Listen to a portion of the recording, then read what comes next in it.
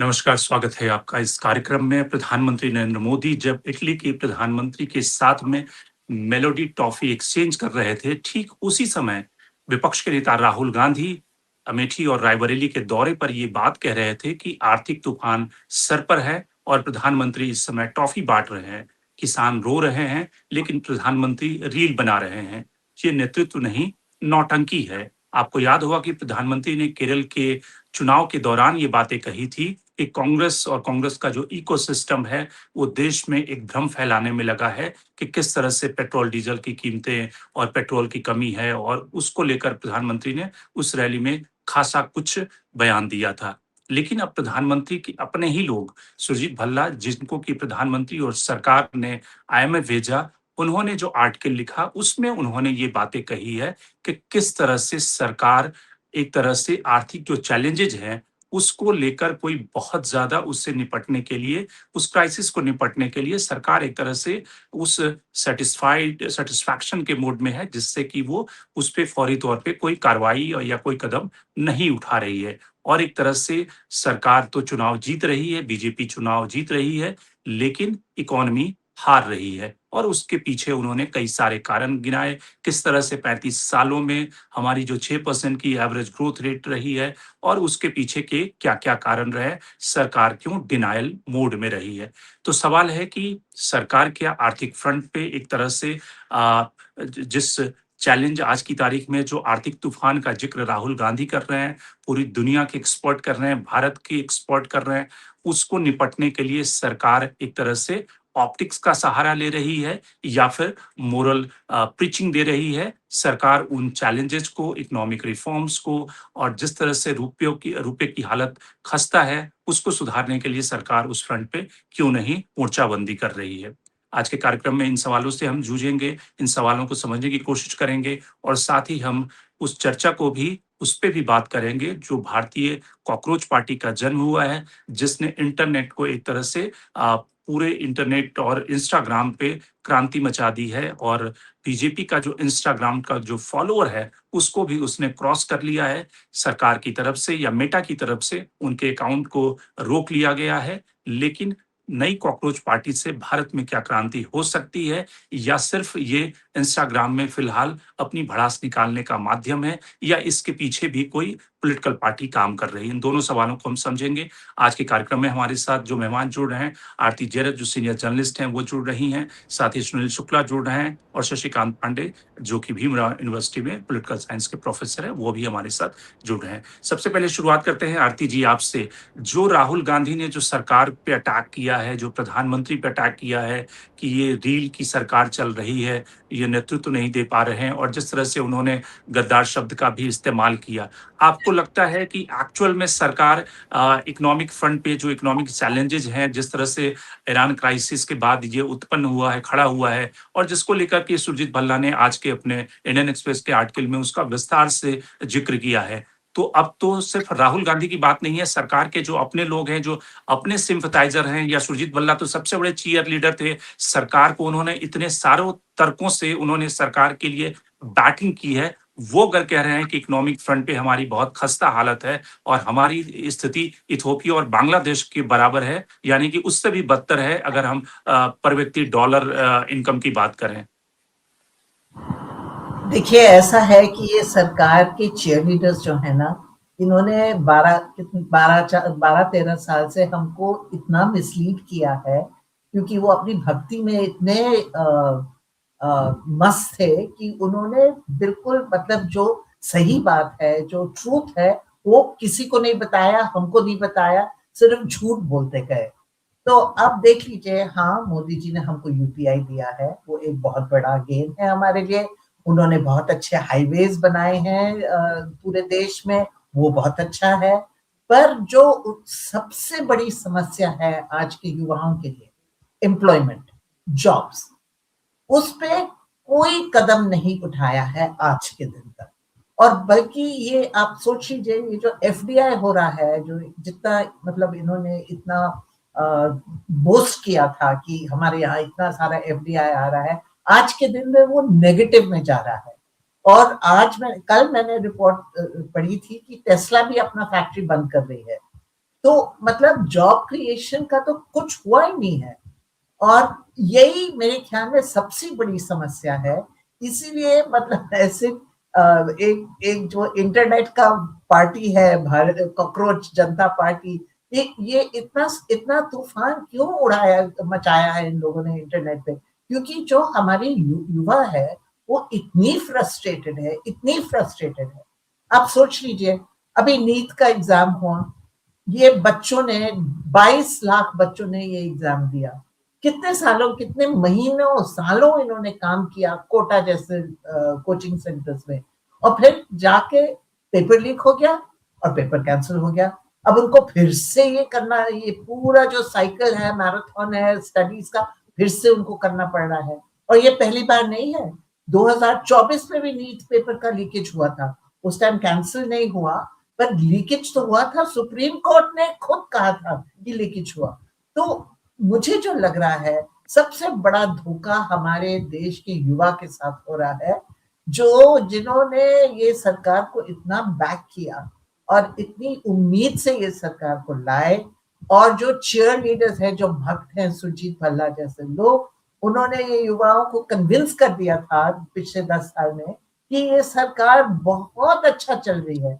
अब जब ये झूठ छुपाया नहीं जा सकता है, तो अब ये सब एडमिट कर रहे हैं कि नहीं, एक्चुअली स्थिति बहुत खराब है। अब क्या किया जाए, मुझे बिल्कुल। समझ में नहीं आ रहा है, क्योंकि सबसे बड़ा धोखा तो हमारे युवा के साथ हो रहा है, और वो डेमोग्राफी में सबसे बड़ा चंक है। ये 18 से लेके 35 साल का जो एज ग्रुप है, सबसे बड़ा चंक तो यही है। बिल्कुल। सुनील शुक्ला जी, जो सुजीत भल्ला साहब कह रहे हैं कि 4 कारण उन्होंने 4 फैक्टर उन्होंने गिनाए हैं कि जो हमारी इकोनॉमी की आज की तारीख में स्थिति है, उसमें जो वो कहते हैं कि पहला तो खुद सरकार है, जो कि ब्लेम गेम में किसी भी समस्या का दूसरे पे टाल देना कि ये इसकी वजह से हो रहा है। दूसरा वो कहते हैं कि भई जो भारत की इंडस्ट्री है, हम एफडीआई की बात तो तब करें कि जब फॉरेन डायरेक्ट इन्वेस्टमेंट, तो तब उसमें इन्वेस्टर पैसा लगाएगा अगर आपके खुद के इंडस्ट्री, आपकी खुद की जो बड़ी कंपनियां हैं, जो कॉर्पोरेट्स हैं, वो अगर इन्वेस्टमेंट नहीं कर रहे हैं, उनको भारत की इकोनॉमी में वो ट्रेजेक्टरी नहीं दिख रहा है कि उन्हें इन्वेस्टमेंट करने से उनका पैसा, उनका ग्रोथ और जो माल वो बनाएंगे उसकी खपत होगी, अगर वो नहीं दिख रहा है तो इसलिए वो इन्वेस्टमेंट नहीं कर रहे हैं। तीसरा वो कह रहे हैं कि कांग्रेस पार्टी है, कि कांग्रेस पार्टी आराम से बैठी हुई है और सरकार, विपक्ष जो बीजेपी जो है वो आराम से सत्ता, अलग अलग स्टेट में सत्ता में काबिज हो रही है। और चौथा जो डीप स्टेट जिसका उन्होंने जिक्र किया, जिसमें कि डीप स्टेट में हो सकता है कॉर्पोरेट घराने भी हों। आपको लगता है कि ये सारे फैक्टर भारत की इकोनॉमी और जो राहुल गांधी सवाल उठा रहे हैं, या फिर जो आज की तारीख में रुपए की स्थिति है, उसके पीछे जिम्मेदार है? धन्यवाद रजनीश जी। सरकार तो जिम्मेदार है ही है। जो आरती जी ने कहा कि आखिर अर्थव्यवस्था पर इस सरकार कब बात की, और जो इनके चीयर लीडर्स हैं वो क्या कर रहे थे। आपने बचपन में आपने एक कहानी सुनी होगी। एक राजा ने अपने सचिव से कहा कि मुझे आसमान में महल बनाना है। सचिव भी चापलूस टाइप का था, चीयर लीडर था। उसने कहा बन जाएगा, तो कहे बना दो। तो उसने तोते इकट्ठे किए। एक तोता कहता था कि ईंट लाओ, एक कहता था सीमेंट लाओ, एक कहता था छत डाल दो, एक कहता था प्लास्टर कर दो, एक कहता था बिजली लगा दो। और सब 15 दिन तक, 20 दिन तक, 1 महीने तक वो तोते बोलते रहे, और राजा के कान में पड़ता रहा कि कोई सीमेंट मांग रहा है। सीमेंट बोलते बोलते आसमान की तरफ उड़ जा रहा है। न बनना था न बना। एक दिन रहस्य खुलना ही खुलना था कि हवा में कुछ नहीं बन सकता। तो हवा में बनाने वाले लोग हैं। सवाल इस बात का है कि अगर आप अर्थव्यवस्था की बात करते हैं और आपको अपनी करेंसी का ध्यान नहीं है, अगर आप अर्थव्यवस्था की बात करते हैं और आपके यहाँ रोजगार सृजन नहीं है, अगर आप अर्थव्यवस्था की बात करते हैं और आपके पास उत्पादकता नहीं है, अगर आप अर्थव्यवस्था की बात करते हैं और आपका निर्यात नहीं है, तो कहां से अर्थव्यवस्था मजबूत हो जाएगी? कौन सा दूसरी ताकत है? और इन्वेस्टमेंट कैसे आ जाएगा? कोई बड़ा उद्योगपति कैसे आ जाएगा? पूरी की पूरी सरकार लगी हुई है कि अनिमेश जी की फैक्ट्री में ऐसा कुछ कर दिया जाए कि अडानी साहब उसको खरीद लें। आप कार्रवाई इसलिए नहीं करते हैं कि कोई भी उद्योग ठीक ढंग से काम करे, कर अपवंचन न हो, R&D के क्षेत्र में अच्छे काम, इसलिए आप नहीं करते हैं। आप एसीसी का फैक्ट्री पर, सीमेंट फैक्ट्री पर इसलिए छापा डालते हैं कि वो अडानी साहब उसको खरीद ले। आप अभी एक बड़ी कंपनी है, एक जो कोल का आयात करती थी और थर्मल पावर कंपनी चलाती थी, उसके मालिक को आपने 50 दिन जेल में रखा, फिर उसको खरीद लिया रानी साहब ने। तो बड़ा उद्योगपति क्यों लगाएगा अगर उसके पास सरकारी स्ट्रक्चर नहीं है कि पैसा वो लगावे, कंपनी वो खड़ा करे, और सरकार जो है उसको अडानी साहब को देने के लिए मजबूर हो जाएगी। प्रणव राय क्यों कोई बनने जाएगा भाई? इंडिया टीवी खड़ा वो करें, पैसा इन्वेस्ट वो करें, लोगों को इकट्ठा वो करें, क्रेडिबिलिटी वो तैयार करें, और जब एक अच्छी खासी कंपनी खड़ी हो जाए तो उसको अडानी साहब खरीद लेंगे। सरकार चुपचाप देखती रहेगी, न केवल चुपचाप देखती रहेगी, प्रोत्साहित करेगी। तो आपका जब आपकी आर्थिक नीतियों में निरंतरता नहीं है, स्थिरता नहीं है, ईज ऑफ डूइंग नहीं है, तो आप कैसे किसी को आकर्षित कर लेंगे? एफटीआई, आपका कोई बाहर का आदमी आपके यहाँ पैसा क्यों निवेश करेगा अगर उसको अपने निवेश का रिटर्न नहीं मिलना है, अगर उसको अपने निवेश जो उसने निवेश किया है उसकी सुरक्षा की कोई गारंटी नहीं है, अगर उसको अपने अब जो उसने निवेश किया है उसके कारण से उसका कोई विस्तार नहीं है, क्यों निवेश करने जाएगा आपके पास? वो इथियोपिया में करेगा, वो बांग्लादेश में करेगा, वो वियतनाम में करेगा। उसको थोड़ा समझा लेंगे आप कि नहीं, राष्ट्रवाद के नाम पर, राष्ट्रभक्ति के नाम पर आप पेट्रोल मत चलाइए, डीजल मत खींचिए। ये सरकारें बोलती है क्या इस तरह से? ये कहते कि नहीं, किसने कहा था आज तक देश में? लाल बहादुर शास्त्री ने जय जवान जय किसान का नारा दिया तो कहा कि नहीं राष्ट्रभक्ति का प्रदर्शन कीजिए। हमारे देश की जरूरत है इसलिए आप आइए, पूरा देश को ऑपरेट करें। इसमें आप तथ्यों को स्वीकार करने के लिए तैयार नहीं है और उन आधारहीन बातों पर आप एक बहल खड़ा करते हैं। कहां से हो जाएगा? एशिया की सबसे वर्स्ट करेंसी है रुपया, और आप बड़ी बड़ी बात करते हैं। उस रुपये को मजबूत करने के लिए आपने पिछले 1 दशक से क्या किया? कौन सी आपने कार्रवाई की? आपकी आर्थिक नीतियों में कौन सी निरंतरता है? आज आप बात करने के लिए तैयार हैं क्या कि आपने नोटबंदी क्यों किया था? नोटबंदी से क्या फायदे हुए? नोटबंदी से आप अर्थव्यवस्था को कहां से कहां पहुंचा दिया? बात कर रहे हैं आप ये बात करने के लिए तैयार हैं कि बिना आधी अधूरी तैयारियों के कारण आपने जीएसटी लागू किया, उससे देश के जो छोटे छोटे उद्योग थे उनको कितना नुकसान हुआ है, कितना फायदा हुआ? आप बात करने की स्थिति में हैं? आप किसानों की आय दोगुनी करने की बात कर रहे थे, आज कहां आज बात कर रहे हैं आप कि किसानों की स्थिति कैसी है? उनके उत्पादन का लाभ उनको मिल पा रहा है कि नहीं मिल रहा? उचित दाम मिल पा रहा है कि नहीं मिल पा रहा? अभी महाराष्ट्र से खबरें आ रही हैं कि वहां का प्याज उत्पादक किसान बाजार में अपना माल छोड़ के चला जा रहा है कि साहब जिसको ले जाना हो ले जाओ, हम तो ला करके जो हमारी जो फसल उगाने की जो कीमत थी उसमें ऐड हो गया ये ट्रांसपोर्टेशन का खर्चा, वही वैसे नहीं मिल रहा है। 50 पैसे 60 पैसे 70 पैसे किलो के हिसाब से आपने बाजार में हस्तक्षेप करने का एक नियम लागू किया। कहां चला गया वो? कब हस्तक्षेप करेंगे आप? बड़े कारपोरेट के लिए आप बाजार में हस्तक्षेप करेंगे और उसके बाद आप कहेंगे कि नहीं आपकी अर्थव्यवस्था बहुत अच्छी हो जाएगी, और आप आरोप लगाएंगे कांग्रेस जिम्मेदार है। जवाहरलाल नेहरू जिम्मेदार थे, लाल बहादुर शास्त्री जिम्मेदार थे, अब चलिए कम से कम आकर के आगे की पार्टी जिम्मेदार होगी। पार्टी को जिम्मेदार है भाई? पार्टी ने आपको आगाह नहीं किया। विपक्ष के नेता ने को आप हमेशा खारिज करते रहते हैं। विपक्ष के नेता ने नहीं कहा कि दुनिया में अर्थव्यवस्था के लिए चले जाने वाला है। कांग्रेस ने आपको मना किया था कि साहब आप देश में तेल भंडारण और गैस भंडारण की स्थिति बेहतर मत कीजिए। कांग्रेस ने आपको मना किया था कि सस्ते दरों पर आप रूस से तेल मत खरीदिए। कांग्रेस ने आपको मना किया था कि आप ईरान से तेल मत खरीदिए। वो तो कांग्रेस कर रही थी कि आप एक सार्वभौमिक देश के नाते जो निर्णय लेना चाहिए भारत को लेना चाहिए, आपने क्यों नहीं लिया? एक पैराडॉक्स ये भी है कि हमारे पास पॉलिटिकल स्टेबिलिटी है, इन्फ्लेशन कंट्रोल में है, कुल मिलाकर जिसको कहते हैं कि इकोनॉमिक उस तरह का क्राइसिस नहीं है। लेकिन इन्फ्लेशन कंट्रोल में कहां है रिवेश जी? जो इन्फ्लेशन कंट्रोल में कहां है? आप अगर आप बाजार जाते होंगे तो आप अपनी रसीद मिला लीजिएगा।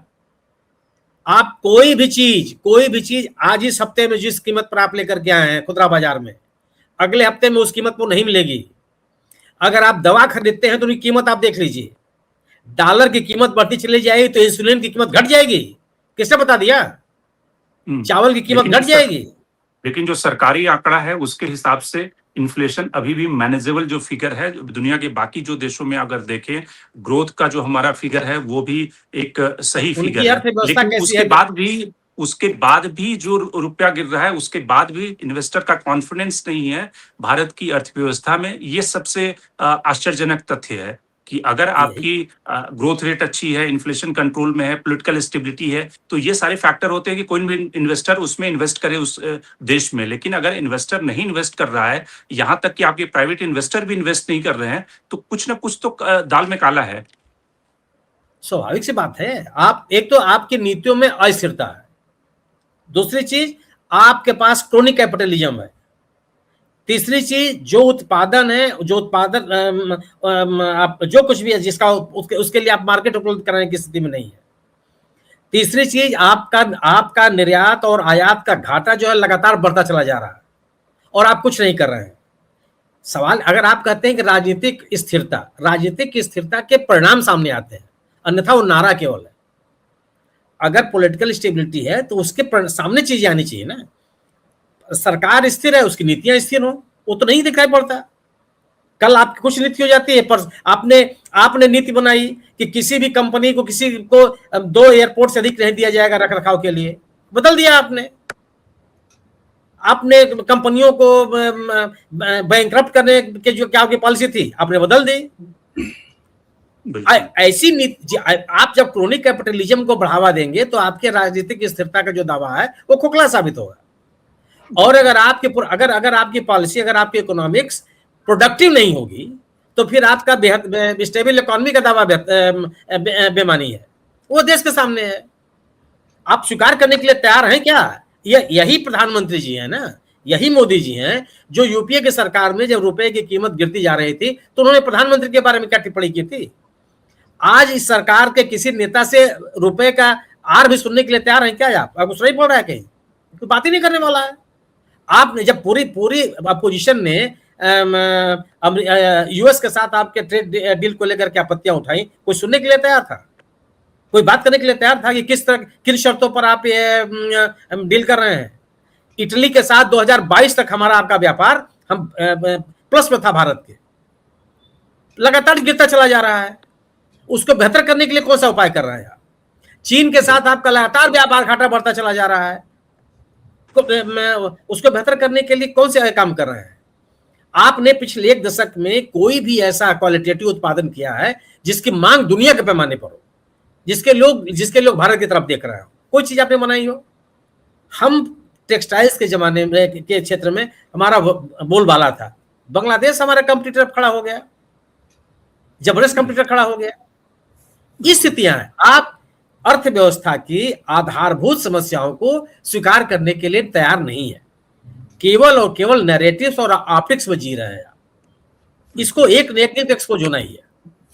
जी शशिकांत जी, ये जो नई कॉकरोच पार्टी का जन्म हुआ और जिस नॉर्वे के पत्रकार पे पूरी दुनिया में और भारत के जर्नलिस्टों में काफी उनकी इमोशन में उबाल देखा गया कि वो एक प्रायोजित था। कुछ लोगों ने ये कहा कि उसके सवाल पूछने का तरीका गलत था, वो सिर्फ पॉपुलरिटी चाहती थी। लेकिन उस कॉकरोच पार्टी के इंस्टाग्राम हैंडल को मेटा ने ब्लॉक कर दिया है फिलहाल।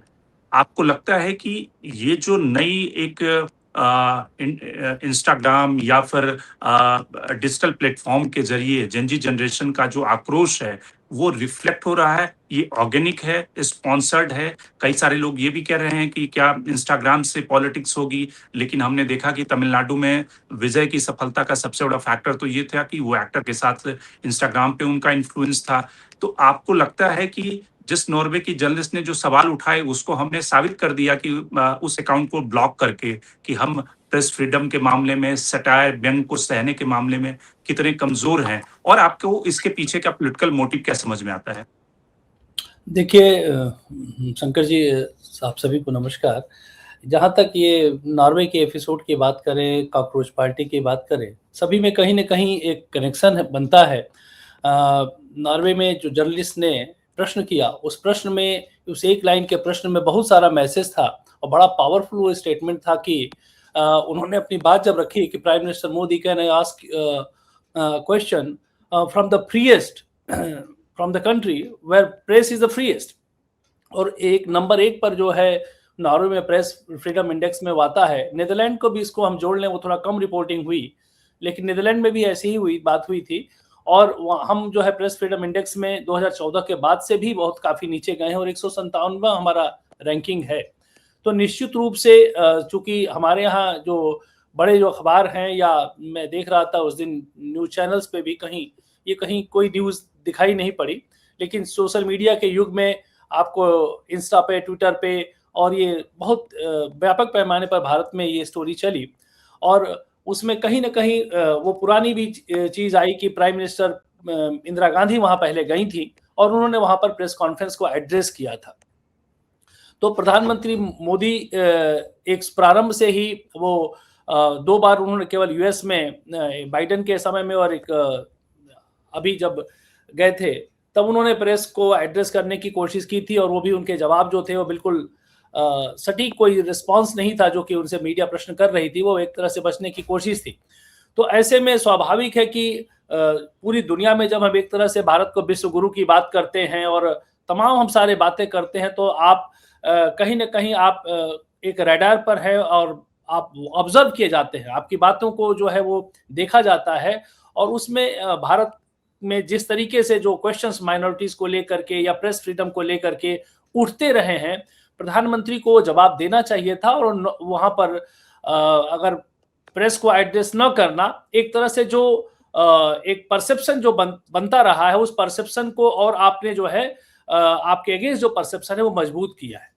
तो रही बात ये जो कॉकरोच पार्टी वाली बात, जो सीजीआई का जो स्टेटमेंट आया, और सीजीआई के स्टेटमेंट के बाद से जो महाराष्ट्र से एक हैं जिनके शायद आम आदमी पार्टी से पहले जुड़े हुए थे, उन्होंने इस पार्टी को फ्लोट किया, और एकदम से जो है इसकी इंस्टा पर जो है वो लाइकिंग और बढ़ती ही जा रही है, अभी बहुत तेजी से बढ़ रही है। 3 दिन में वो शायद 30 लाख हो गई थी, अभी 1 करोड़ पार कर गई है।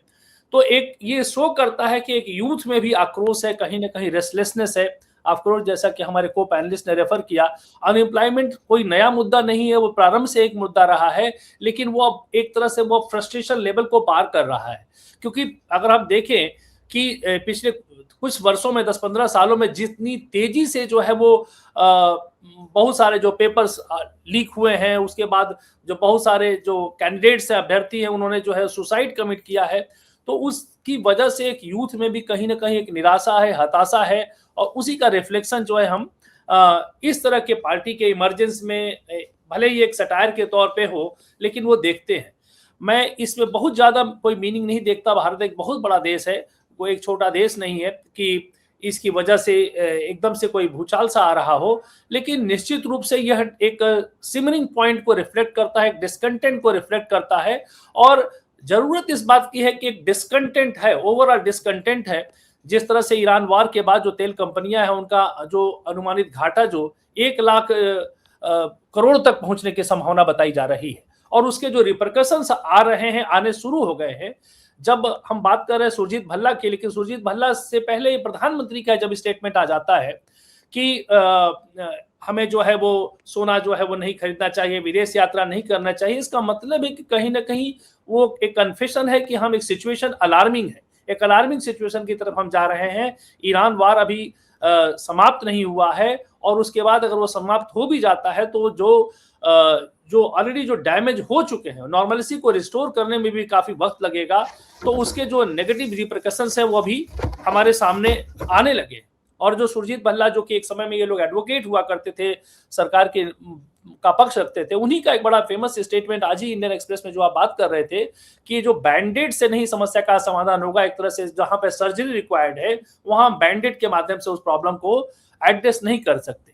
तो आवश्यकता इस बात की है कि एक ओपन डिबेट और डिस्कशन होना चाहिए था। सरकार को भी कहीं ना कहीं एक बड़ा दिल दिखाना चाहिए, और कई बार विपक्ष का, निश्चित रूप से विपक्ष की जो है वो तीखे प्रश्न पूछेगा, लेकिन विपक्ष के साथ भी जो है वो इंगेजमेंट बड़ा जरूरी है, डायलॉग का होना जरूरी है, जो कि आज कहीं ना कहीं लैक कर रहा है। जो हम अभी एफडीआई की बात कर रहे थे, देखिए अगर एक फॉरेन कंपनी जो है अगर इंडिया में बिजनेस सेटअप करती है तो एक बड़ा रीजन होता है कि हमारे यहाँ एक फंक्शनल डेमोक्रेसी है। हम ये बात करते हैं, हम ये दावा करते हैं कि अगर उनको लगता है कि हमारा कहीं ना कहीं बिजनेस अफेक्टेड होगा तो यहाँ पे इंस्टीट्यूशंस वर्क करती हैं, हम जुडिशरी में जा सकते हैं। लेकिन अगर उन्हें कहीं ना कहीं लगेगा कि नहीं, जो इंस्टीट्यूशंस डिक्लाइन यहाँ पर है, हमें लगता है कि हमें जस्टिस नहीं मिल सकता, तो फिर वो जो है वो स्वाभाविक है कि उनका जो ट्रस्ट है वो आपके सिस्टम में, आपकी व्यवस्था और आपकी डेमोक्रेसी में उसी प्रोपोर्शन में कम होगा। और ऑफ लेट हम यही चीजें धीरे धीरे देख रहे हैं। तो सिचुएशन निश्चित रूप से अलार्मिंग है। This is what I feel. Aarti ji, बहुत सारे लोग ये कह रहे हैं कि ये जो कॉकरोच पार्टी है उसके पीछे कहीं आपकी पंजाब की पॉलिटिक्स तो नहीं है। जिस तरह से पंजाब मुश्किल साबित होगा, क्योंकि जो एंटी इनकम्बेंसी है, तो अगर त्रिकोणीय ट्रायंगुलर फाइट हो या 4 पार्टियां वहां पर फाइट हो, तो उसमें कहीं ना कहीं वोटों का डिवीजन होगा और आपके लिए आसानी होगी। क्योंकि अन्ना आंदोलन के समय भी लोगों ने देखा कि किस तरह से अन्ना आंदोलन शुरू हुआ और उसके पीछे कौन लोग थे और फायदा किसको मिला। आपको लगता है कि इसके पीछे आप हो सकती है, या कोई भी हो सकता है, कोई भी पॉलिटिकल पार्टी हो सकती है, या सचमुच यूथ और युवाओं का गुस्सा है, वो जनजी जनरेशन जो अलग अलग देशों में जिसने क्रांति की है, वो सारे यूथ कहीं ना कहीं इस कॉकरोच पार्टी के पीछे हैं? देखिए, ये पता करना कि कोई इसके पीछे कोई फोर्स है या कोई कंस्पिरेसी है, ये पता करना थोड़ा मुश्किल है अभी। पर आप देख लीजिए, आज के दिन में कई फिल्म स्टार्स ने ज्वाइन किया है, जैसे कोनकोना सेट ने अभी ये कॉकरोच पार्टी को ज्वाइन किया है। तो इसका मतलब है कि कुछ रिस्पेक्टेबिलिटी तो मिल रहा है ना कॉकरोच पार्टी को।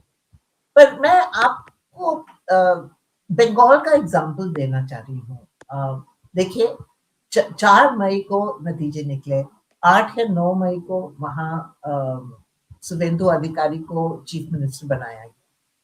उसके बाद सबसे बड़ी कंप्लेंट जो हमने लोगों से सुनी थी बंगाल में, वो अनएम्प्लॉयमेंट की।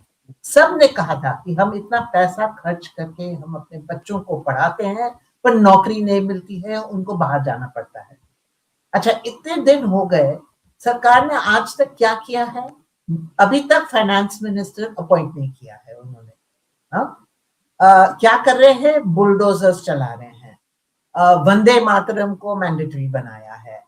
काउ स्लॉटर बैन किया है। तो ये जो बेचारे हिंदुओं ने अपने कैटल को इकट्ठा किया था ईद के टाइम में बेचने के लिए, अब उनका पूरा आर्थिक नुकसान हो गया। तो ये मैं कह रही हूँ कि ये सरकार जो है, जो सबसे बड़ी समस्या है जनता के सामने, और जो जनता हर बार बोलती है, हर इलेक्शन में बोलती है, वो सरकार सुनती नहीं है। जो अपना एजेंडा है वही चलाते जा रही है, चाहे वंदे मातरम का हो या बुलडोजर का हो या मुसलमान को सॉर्ट ऑफ तंग करना हो, या जो भी, वही एजेंडे पे चली जा रही है। तो अगर इतनी कंप्लेसेंसी है सरकार में, तो आप बताइए जो आज के दिन में क्राइसिस है हमारे सामने, वो कैसे रिजॉल्व होगा? प्राइम मिनिस्टर ने वो इतना बड़ा मतलब कुर्बानी की बात की थी, और लोगों को कहा कि ये नहीं करना चाहिए, वो नहीं करना चाहिए, सारे देश में हमको गोल्ड नहीं खरीदना चाहिए, फॉरेन ट्रिप्स नहीं करना चाहिए, और खुद चले गए 5 देशों की यात्रा में। अब क्या सिग्नल जा रहा है लोगों को? कि लोगों को यही सिग्नल जा रहा है ना कि ये सरकार डजंट केयर अबाउट अस। उनको कोई परवाह नहीं है, जो हमारी मुश्किलें हैं परवाह नहीं है। अब यही है ना कि वो एक तरफ से पॉलिटिकल स्टेबिलिटी तो है, क्योंकि हर प्रदेश में बीजेपी जीत रही है, पर इसका मतलब नहीं होना चाहिए कि वो बिल्कुल जनता से इतने अलग हो जाएं कि वो बिल्कुल परवाह ना करे कि जनता के सामने क्या समस्याएं हैं। क्योंकि सरकार की सबसे बड़ी जिम्मेवारी यही होती है कि जनता के हित में काम करना चाहिए, उनकी जिंदगी को इम्प्रूव करना चाहिए। और बल्कि अच्छे दिन वाले स्लोगन पे तो मोदी जी जीत के आए हैं 2014 में, तो अब वो कह रहे बुरे दिन आ गए। तो ये क्या बात है?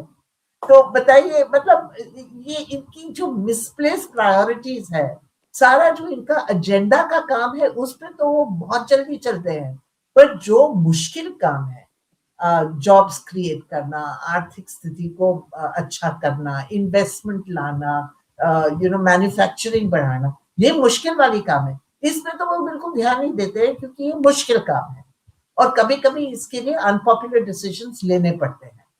वो नहीं लेना चाहते हैं, बस वो free rice, free wheat free ये फ्री वो देते जाते हैं, महिलाओं को 1500 रुपए महीने और लोगों को चुप करवा देते हैं ये फ्री बीज के साथ। ऐसा नहीं चलता है। और आज के दिन में हमारे क्राइसिस जो है ना, इसी वजह से क्राइसिस है क्योंकि पिछले 12 साल में इन्होंने कोई ध्यान नहीं दिया। जो सबसे इंपॉर्टेंट बात है कि हमारी इकोनॉमी को स्ट्रेंथन करें, उस पर बिल्कुल ध्यान नहीं लगाया है। बस नेहरू को ब्लेम करते गए। जो भी समस्या सामने आई, कहा कि ये तो कांग्रेस के जमाने से समस्या चली है, ये नेहरू ने किया। ऐसे नहीं चलता है देश। बिल्कुल। सुनील शुक्ला जी, एक अंतिम टिप्पणी की अक्सर हाँ, कई बार होता है कि जो सटायर होता है वो काफ़ी इम्पैक्टफुल होता है। आपने देखा होगा कि कुणाल कामरा के शो किस तरह से बंद किए गए और कितनी उनको झेलना पड़ा अपने शो करने के लिए, सटायर शो, लाफ्टर शो करने के लिए। उसी तरह से आपको लगता है कि ये जो कॉकरोच पार्टी है, उसका जो सटायर का इम्पैक्ट है, उसको नलिफाई करने के लिए या उसके इम्पैक्ट को देखते हुए उनके अकाउंट को सस्पेंड किया गया, या उनको लगता है कि अखिलेश यादव ने ट्वीट किया है कि अगली बार जो है बीजेपी और कॉकरोच पार्टी की लड़ाई होगी। तो कुल मिलाकर क्या विपक्ष के नेताओं को भी लग रहा है कि ये जो जनजी जनरेशन है, वो अगर सड़कों पर उतर गया, जिसका कि राहुल गांधी ने थोड़े दिन पहले, अरविंद केजरीवाल ने जनजी जनरेशन से आह्वान किया कि वो सड़कों पर उतरे, उन्हें लगता है कि हमसे तो कुछ नहीं हुआ, यही जनरेशन जो है बीजेपी को सत्ता से हटा सकती है? नहीं, हटा तो सत्ता से जनता ही कर हटाएगी। जब आप 1 करोड़ लोगों का नाम मतदाता सूची से काट लेंगे तो आप नहीं हटा पाएंगे अनिमेश जी। आपका नाम ही मतदाता सूची में नहीं रहेगा जब पता चल जाएगा कि आप वोट इस पार्टी को नहीं देंगे। तो ये जो जनता का आक्रोश पार्टी, इस पर प्रति आकर्षण क्यों है?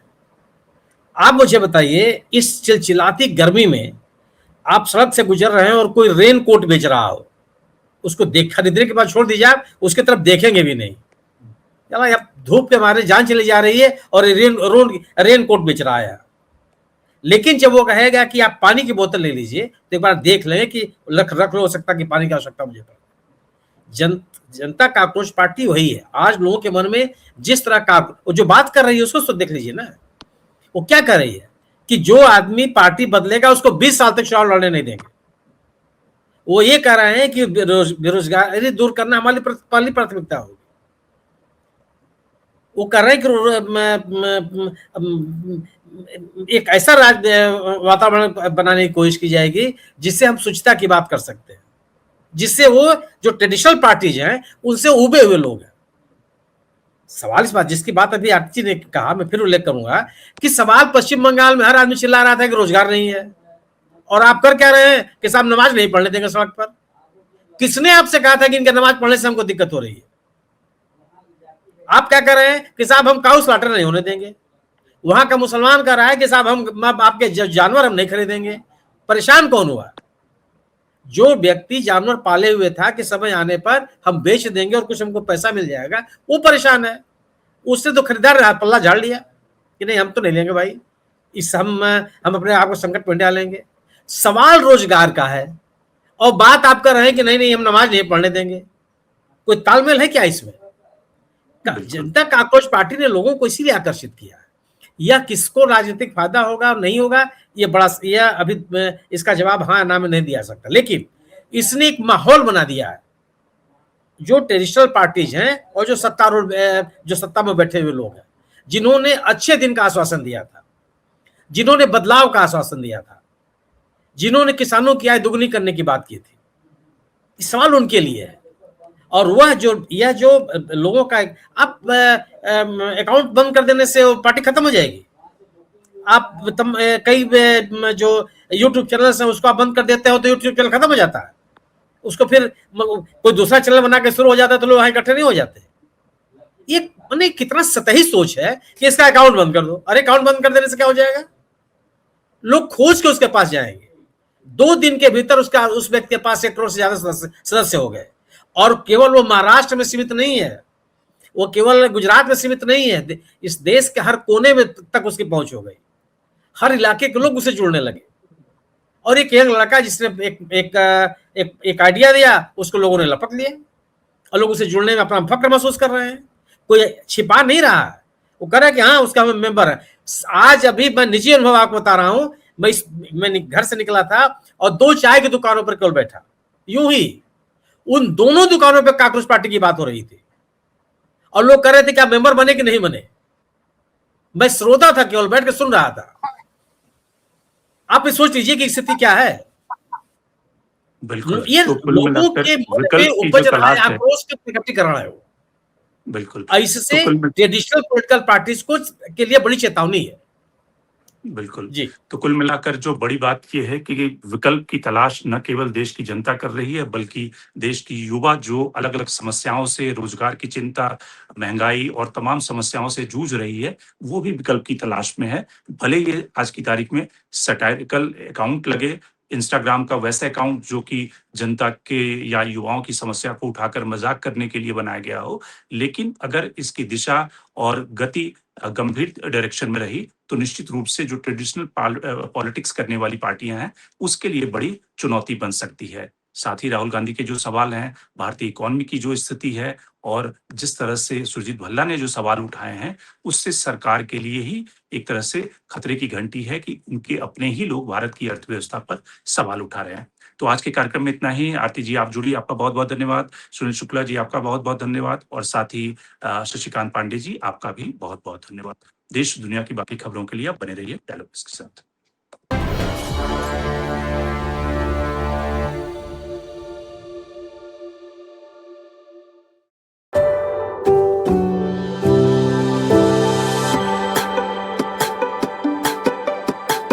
Every book has a journey, and every author has an untold story. Behind every powerful book lies curiosity, courage, and countless conversations. Discover them all on Books and Banter, a Dialogus Digital original series.